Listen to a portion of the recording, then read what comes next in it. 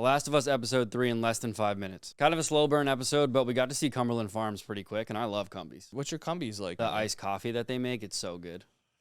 Oh, don't do that.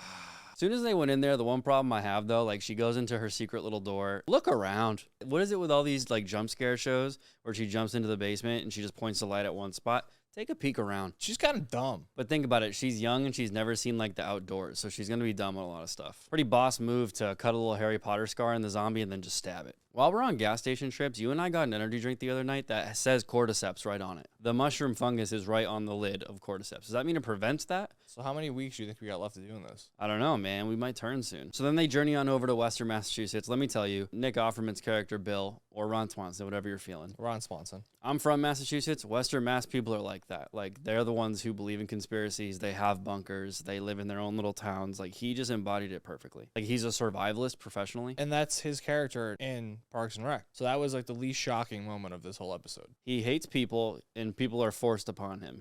They just plucked Ron Swanson, and you put him in The Last of Us. So they deviated from the game a little bit. You know, they brought Frank in after, opposed to Frank already being gone. It was definitely a storyline based upon those two. I think the overall, like, concept was that little things are supposed to be beautiful. I think this episode was an effort to make things a little more humanized. I enjoyed it for what it was. Like, it was definitely a really cute love story. It just screamed filler episode to me. I just didn't think I needed a full episode of the directors, like, doing what they wanted to do and not going the route of what the video game was. They introduced a little smoke, though. You know, the Raiders got introduced. It's cool that they got a car now. Ellie and Joel seem to be developing even, like, the tiniest relationship, so I guess that's okay, but I guess I wouldn't be mad at anyone who shared your sentiment. Two cool things that I noticed from a storytelling point. He connects them both at the end, right? Like in the note, he's just like, you and I are the same type of people, which is kind of alluding to the fact that he was able to love and he was able to live a life. The idea, I assume, is that they want Joel to do the same thing. The last note I had was that Joel's emotions finally showed. He was kind of sad that his friends were gone. And then in the same vein, he smiled. He had a little half smile for Ellie. Preview for the next episode looks like it's going to pop off, though. I think that's why I'm a little bit down on it. The preview for this episode looked like, Ron Swanson's about to come out, and it turned more into, and like, I'm not mad at the love story. Like, the love story was great. Like, it was cute. Like, listen, if you don't like strawberries, you're an idiot. Like, strawberries are absolutely fantastic. I love a good Beaujolais if you're going to pour it up to the top of the brim.